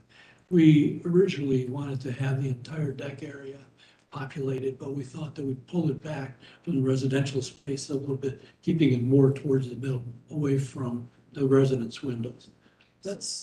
Please. We're talking about those white Ls. So Yeah. that's what you're saying. You could have utilized that, but you want to keep that away because it's near. Right, it's near the windows. Is that an opportunity for balconies or something for Well, residents? it really is. And again, the question is, whether we have balconies or not. I think it's possible that we could do that. We could just have, at the living room area, for example, Jen, we could have sliding doors and to where you could have some access. And really then we would end up having to develop a small pavement area directly for we don't really want residents really just to wander everywhere. So we would probably close that area off for the residents, specifically for the residents. George, could you use the microphone, please? Just talk into the microphone. Sorry. Thank you. You and I both have hearing issues, or I do at least. Anyway, that's really about it for the plan, and it's 1, 2, and some small 3-bedroom units as well, which is why I was saying, I think the larger units may generate some children, so the amenity deck above grade is a defensible area, really is an enhancement for us. And Ohio Housing Finance Agency really looked at that as a strong positive for approval of this project. When we get to the exterior of the building, the materiality, it's pretty much as we had shown before. If I go back through my list, we have a combination of brick, some synthetic stone materials, hardy panel rather than hardy siding. We didn't feel that hardy siding was a material that would work well on a 5-story. It's not historically consistent with, what we were using material for at that point. So we're really trying to use more of a panel material. I think that we do have in some cases, just a smattering of horizontal siding, but for the most part, it's masonry materials, hardy panel, and a little bit of hardy siding at the darker elevations. And again, the whole, So I have a question about the south elevation, and I'm wondering if you think that there might be an opportunity there because there is a large expanse of the white panels. And I'm wondering, because you are using masonry, if maybe, where you have, there are like several bays of setbacks, and one of those, you might want to bring the, maybe one over to the, like something like that, you might want to bring the masonry all the way up, and it might be a way to frame the tree and give it more of a monumental feeling and break up the space a bit without, adding too much to the budget, but maybe a way to utilize your materials and differentiate that. Yeah. It's a thought. I think it's a great idea, and I think we could do that. And I think that the balance of use of materials relative cost, I know that we're not talking about costs here, but it is affordable housing, so we have to really be aware of it all anyway, regardless. And again, I think the way we strike that balance, Jenna, is that maybe on the north elevation, we take a look at how we use some of those more expensive materials and really balance it to the south elevation as you're suggesting. I think that's a wonderful idea to go ahead and bring that up to really emphasize that central area. And it doesn't have to be necessarily all the way up, but it could be enough to where it really make, and look, I mean, if you're looking at maybe several hundred square feet on each side. It's, I guess what I'm saying is having built before for myself, I know that it really isn't very much cost at that point. And again, I go back to that comment I made about the balance of materials from one elevation to another to where maybe we take a bit where it doesn't really impact the public view as much on the north side, for example, and really place it where it really helps us quite a bit more on those public views, like the south elevation. Of course, the J.C. Arms is separate property, right? Yeah, And so you no longer have that kind of entrance in from the street that was going to emphasize that building and give it presence. And I miss that. I understand why you're doing this, but then now we have this little driveway on the side, I guess is how you get there. Will it be signage? Will it be, how do we identify J.C. Arms? yeah. Once you completely closed it in on three sides. Yeah, I think that's an excellent point. I think that signage is a critical piece that we're working with the J.C. Arms on, and they're partners, they're co-sponsors of the project, so they're well aware of all the issues that come with it, both access and signage and everything that was with it. Obviously, there's signage, you know, at the front. There is street parking on both sides, both on Main and to the north as well, which is a separate issue. But in terms of identifying it on the west side, I think is very important that we have monument signs that are really fairly substantial there, especially for visitors. We'll have plenty of parking for visitors and residents as well. A lot of people go there, a lot of people don't drive, like you say, the parking lot Yeah. is not really full, but a lot of people go there to drop people off or to Yeah. pick people up or to, you know, bring groceries or whatever. So I think access to J.C. Arms needs to be pretty clear now that. I think, you know, you're absolutely right, and I think, Bob, you know, what we'll do is we'll create some sort of a monument entrance to where it's easily identified, it becomes a point of destination, really. Yeah. And again, residents after a while, or visitors after a while, will start to understand that. I think there'll be a little bit of a marketing effort by J.C. Arms to begin with their clients and families. Right. First of all, it has to be because we're really kind of disruptive, you know, like in terms of what we're doing overall here. Yeah. Not to the entire site, but again, I go back to the comment, you know, that I made earlier. I think that if you take a look at that parking lot that's down there, you can see right now that it's in a good day. It's not really used. It's totally underutilized. And there's a wonderful front lawn for J.C. Arms at the front as well. So it works really well. And it really expands the housing. It really responds to the initiatives for affordable housing. Oh, sure. Without question, it really responds to it. This whole block, I mean, yeah, Yeah, I think it's a terrific project. I just want to make sure that, you know, the old building in the back doesn't get completely Yeah. ignored because it's a Yeah. pretty important asset. Right. Exactly. The parking lot for the J.C. Arms, of course, is not in your scope of work, or is it? Well, it isn't in our financial scope of work.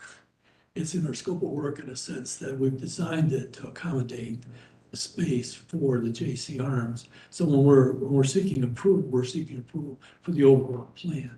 The only building you may remember was that we had originally designed a building to the northwest corner of the property, immediately west, and that one is a phase that'll come later on.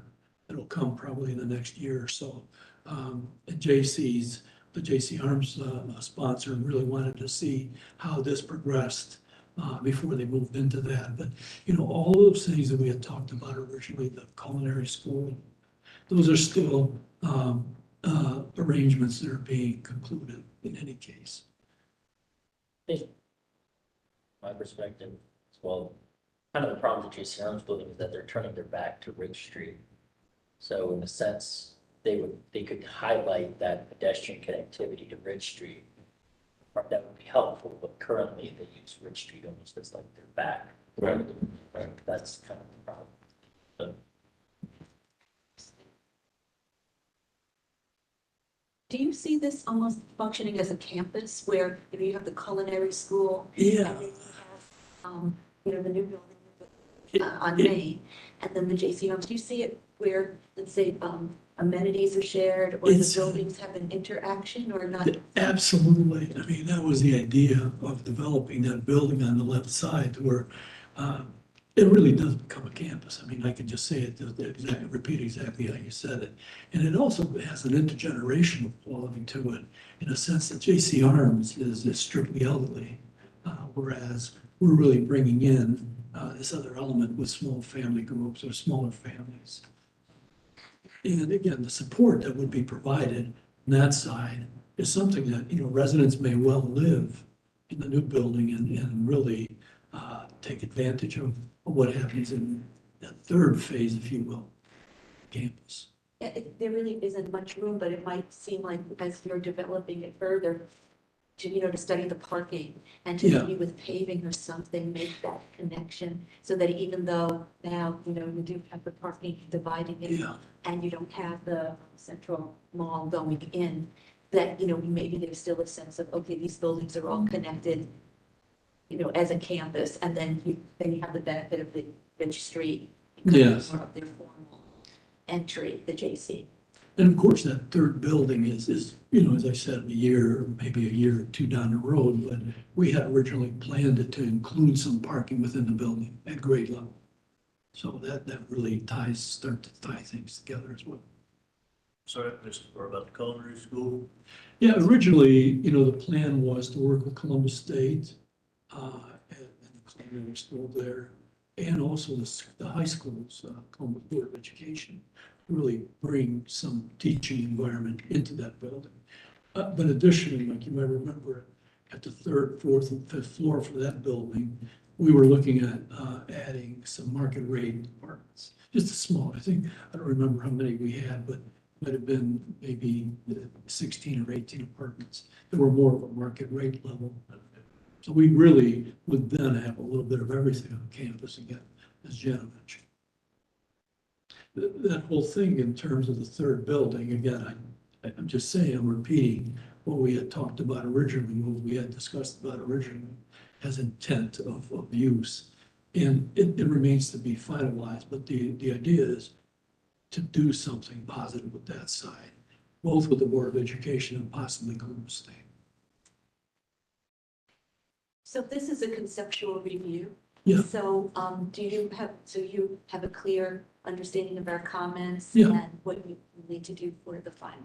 We're, just as a follow-up to that comment, I mean, we'll be at roughly 80% documents in March. The intent is to apply again in March for final with your comments, especially with the intent of the brick and the signage, Bob. Landscaping will be part of it at that point. So we'll be coming back for the April meeting with final and all the materials. I think that the submittal that we have shows some of the materials, some of the black brick, some of the other materials are included with your packet, but we'll come back with actual samples and for the table at that point. Okay, That's great, thank you. thank you. Oh, anybody in the audience, or even if you have any, thing to say and questions or comments about it? Okay, thank you. Thanks again.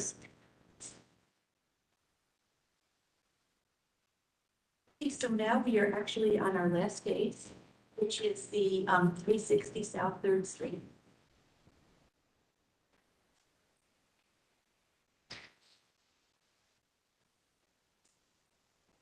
And we'll just swear in, we will just start. Do you affirm that the testimony you give today will be the truth, the whole truth, and nothing but the truth? Yes, ma'am. I do. And your names for record? Bob Bitzenhofer. Nicole Knight.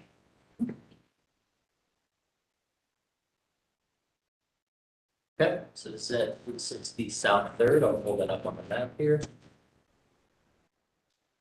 It's this building here at the intersection of East Mount Street and Third Street right here, southeast.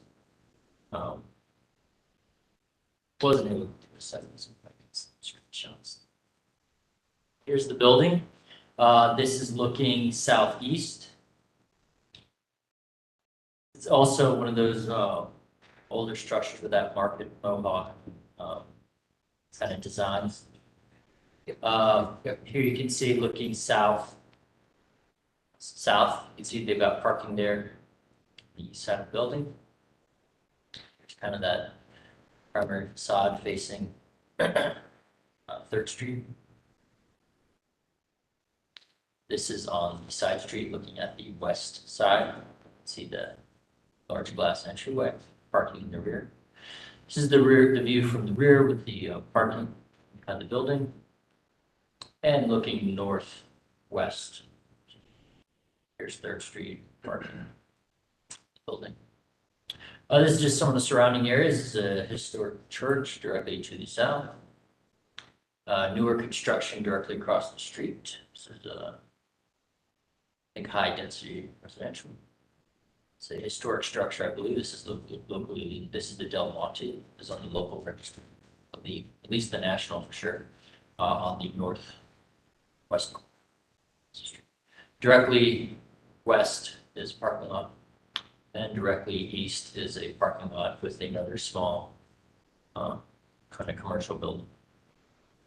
So they are proposing to redevelop the United Way headquarters by demolishing that current structure and adding a 10+ story mixed income building in its place. It calls for over 130 apartments, and it will be a wide range from project-based voucher contract to units for workforce housing to market rate units, so a large mix. There will be several thousand square feet of non-residential space available for community-focused uses that align with the mission of the United Way.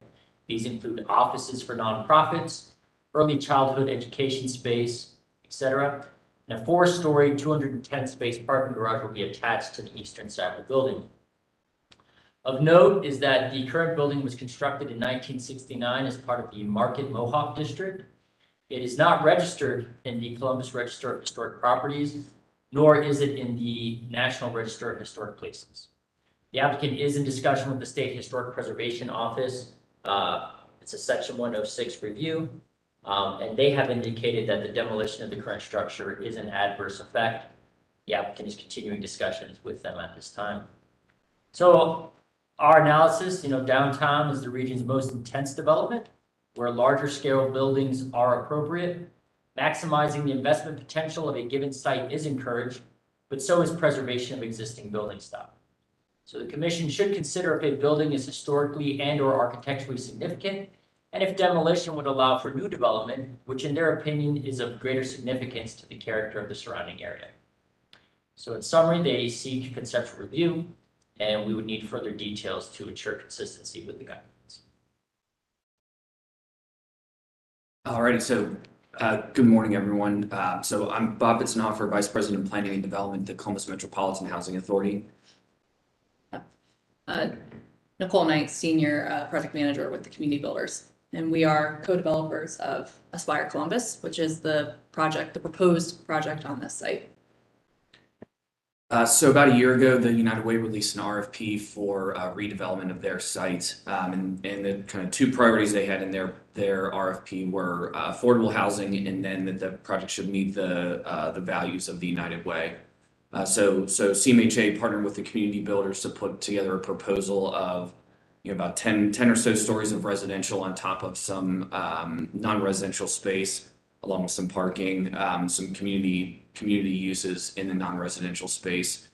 And the residential space would be everything from market rate residential all the way to about 20 or 25% of the units covered by a project-based voucher contract. So from very low income all the way to market rate, likely using, and Nicole can talk about this more if you have questions, likely using low-income housing tax credit program to help fund the construction of the housing. So we'd have folks very low income to kind of middle income to market rate again. So everything through the building, everyone mixed together on each floor. All the units look the same.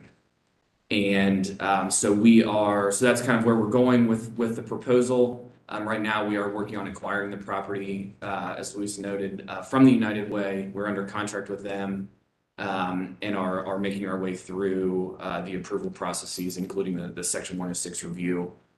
So we're here today, just a very general introduction of ourselves to the commission, happy to answer any questions we can at the time. But we will, be back several more times. We assume we'll need once we get control of the property, we'll come back for a demo permit. And then, and again, Nicole can talk a little bit more about the details, but once we get into applying for low-income housing tax credits, that'll set a little bit more of a specific timeline for getting all the financing in line and breaking ground on the new construction. A question about the 106. Has the SHPO determined that this building is eligible for the National Register? Is that why they're calling it an adverse effect? They have said that it may be eligible. It is over 50 years old and is within the, I guess, outer boundaries of the Market Mohawk District. The original Market Mohawk plan or the IM Pays plan called for something completely different at this site, different use, different building. So obviously we disagree, and working our way through that with SHPO, but yes, it's over 50 years old and it's within the boundaries of this district, so that could. But they have not determined actual eligibility. The language they are using is potentially eligible. Yep. At this point in time. But they determined that this is an adverse effect. I guess demolition is the ultimate adverse effect. They've suggested that this is an adverse effect, and so we're starting and working through the process with the city and SHPO accordingly to determine whether or not this actually is. Okay. And they've also commented. The building, but I just wanted to know what the issue is, because that could be, it could have an impact on schedule and all kinds of things. So. In the new building as well, they've commented on, since it's a different scale than what's there, that would also have an adverse effect on surrounding buildings. Yeah, comment. Is the new building, so of course we have the site and then where the United Way building is now. And is the new building completely the same footprint in terms of how much space it's using? Or is it taking up a different part of the site, or is, how do they relate to one another? So, oh, sorry, go ahead. The ground floor of the building is going to take up almost the entire square footage of the site itself. We envision a ground floor that's going to activate the 3rd Street and the Mount Street corridors, bring some activity to this area that really is an area of transition between the downtown area and Durham Village, and kind of could use a little bit of infusion of street, an inviting sense of scale to the street. We are working with our architect right now. What has been presented and what you are looking at is our RFP response that we submitted to the United Way. And so the drawings that are on here are conceptual from just thinking about how we could maximize the use on the space. But we're working with our architect right now to really hone in on what a good design could look like and what those additional details could be. We envision that, again, the ground floor is going to be a more robust footprint, and then there'll be a tower of residential that's above. And then directly to the east, connected to the building, will be a parking garage that will not only service this building, but will be hopefully available for public use as well for the adjacent uses that are around there. And the United Way building now takes up that entire site. It's the United Way building plus all of their parking lot. Oh, okay. Yeah, there's a big parking lot there. I think it's exciting. And I forgot to mention in the intro, but you can kind of see this in the design that, or the conceptual ideas were to, the first couple floors would kind of try to emulate what was around us. So a lot of brick, and maybe pick up some of the architectural characteristics of either the Del Monte or looking towards like Main Street with all those historic buildings, or even the church if and kind of see how things go. So those would be like those kind of human scales part of the design. And then once you get to the tower, it'd be a little more modern style, a lot more bigger windows and everything to let a lot of natural light for the unit. So while we kind of went through that before we got to the SHPO process, we're already trying to think of how this would fit into the neighborhood on those first few floors. See that in the rendering. And then you have this small, it's almost a small tower structure that brings people up from the public up into the second level, an amenity deck. And is that meant? Sounded like it's meant for the public to come up to that second level? So we are in the process of refining our program. And part of the refinement of the program is really making sure that the commercial space that we're providing on the ground floor is space that's actually going to get used. We recognize there's a lot of vacant retail space along in the downtown core. And so the intent is to have some sort of outdoor amenity up there, but it might not be for public use, just from a security perspective and also just from the final programming that we're still working to refine based on market and design conditions. I was gonna say, like, if it were to be that way, then maybe you want to create zones. Yeah. I think the way that, the conceptual design of the building is beautiful. And I like the idea that on the lower levels, you wanted to relate to the surroundings. And I think though, as you develop it, it should have something unique about it as well, something very dynamic, because this is engaging the community. It's very important to the community. So you said something about early childhood education. Is that a daycare center, or is that seen as something different? So most likely a daycare centers. CMHA has a lot of daycare centers and a lot of our other properties. So we work with a number of providers. So we'd look to meet with them about whether they could use one of these spaces and try and get them on pretty early to make sure we're putting all their considerations into a design, especially drop off and pick up and where that would all go on two busy streets. And you have another roof deck. I think it's on the 4th level. That's pretty. I don't know if that, you have another, on the, above the garage, it looks like there's another expanse.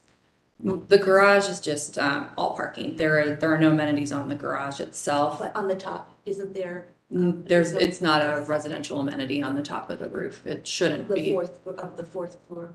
It shouldn't be. In this design though, with the top, in this just kind of conceptual design, we took the tower up higher on I guess the long side, and then the short side of the L, we have kind of an idea of something on like a rooftop amenity area Like on the for the 11th residents. floor. Yeah, yeah. Yeah. Yeah, because I was thinking for if you have the daycare, there might be a way to create an outdoor area on one of those on one of those above the garage roof deck. Yep. John, clarify one thing that you said, you'd be coming back for a demolition permit. Mm-hmm. Please don't come back for a demolition permit until you're ready to build a new building. Yeah. Because we have pretty strong policy about that. I mean, not so much protecting the existing building, but we've been burned so many times that people that want to clear the site for development. Clearly, you don't need to clear the site to imagine what it could be, because you've already done that. Mm-hmm. So we work with Lewis, but to coordinate the right cadence for all of that to come to us, and we don't have an issue with that. Okay. Your drawings has like a red box. Is that potential future expansion? Or what is that? Am I missing something? Oh, I know what you mean. Was it on the site plan? Right there. What is that?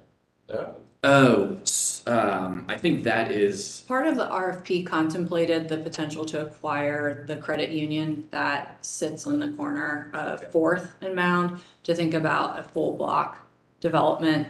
That is not, a year later, that's not part of the consideration. That's just an old drawing. Yeah, so that's just, again, these are the drawings from the RFP that was done a year ago.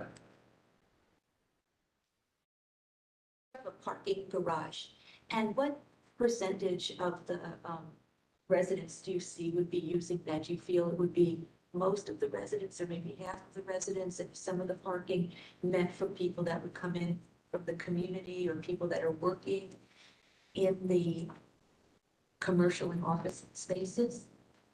So we're proposing to have everything from 1 bedrooms up to 3 bedroom units. We're anticipating families hopefully will be able to live in here. So at least a decent amount of the units will have cars, maybe not all of them. So I mean, this is very preliminary, but trying to hit at least 1 space per unit in the garage, and then leaving more space for the commercial side of things. Mm-hmm. And then are you also looking at bus stops would be in relation to your building, and how to make that attractive to people that are. We look forward to collaborating with Dakota. They were one of the first folks who called us, I Yes. think, after Yeah. the press release, so. That's great. Yeah, we're really excited. Great to have seen 3 affordable housing projects. Yeah, sure. And also projects, Expensive it is to build that. Somehow the bean counters have figured it out to make it work. and also projects that are anticipating children or families of different age groups, which I think is wonderful too. It's great, thank you. Thank you. Thank you. We Does look anyone forward in to the it. audience have- Yes. Good morning. My name is Michael Wilkus. I'm on staff at United Way of Central Ohio, work in the community impact area of our organization. We fund 92 nonprofits in this community focused on basic needs and student success. And while the clients that are served by those nonprofits have been struggling with their housing for some time, as we meet with our funded partners, they're also having staff members that are struggling to find housing. So when United Way recognized that this building no longer served our purposes as an organization and no longer served the nonprofit sector, we wanted to make sure that the site was redeveloped and it did something that was a higher value to both Columbus and the downtown region. We had a committee of both board members, real estate experts, and community volunteers that help us write that RFP and also evaluate and select the community builders in CMHA. We could not be more thrilled with this proposal. As was stated, we are in contract with them to sell this property.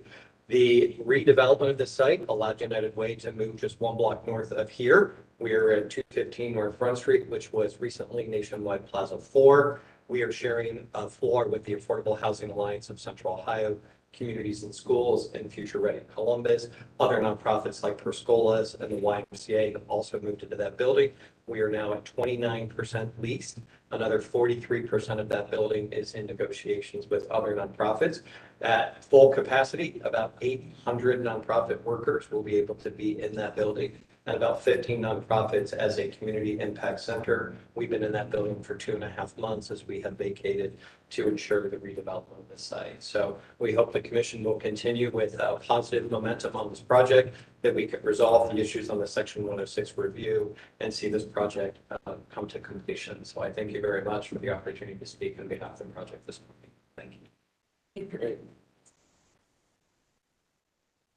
Thank you very much. This is really exciting, very much needed. Thank you all very much. Thank you. So, So, the staff, we have the staff approved application. yep, that's the last thing I need from you. So, we had temporary banners, we had some, signage removal, we had some ad murals, some light fixtures, some small sidewalk modifications where they were going to like a brick, but nothing major. So if you're comfortable with that, you have a vote to move it to the. Move approval of the staff review, staff approval. Second. All those in favor? So then we are adjourned.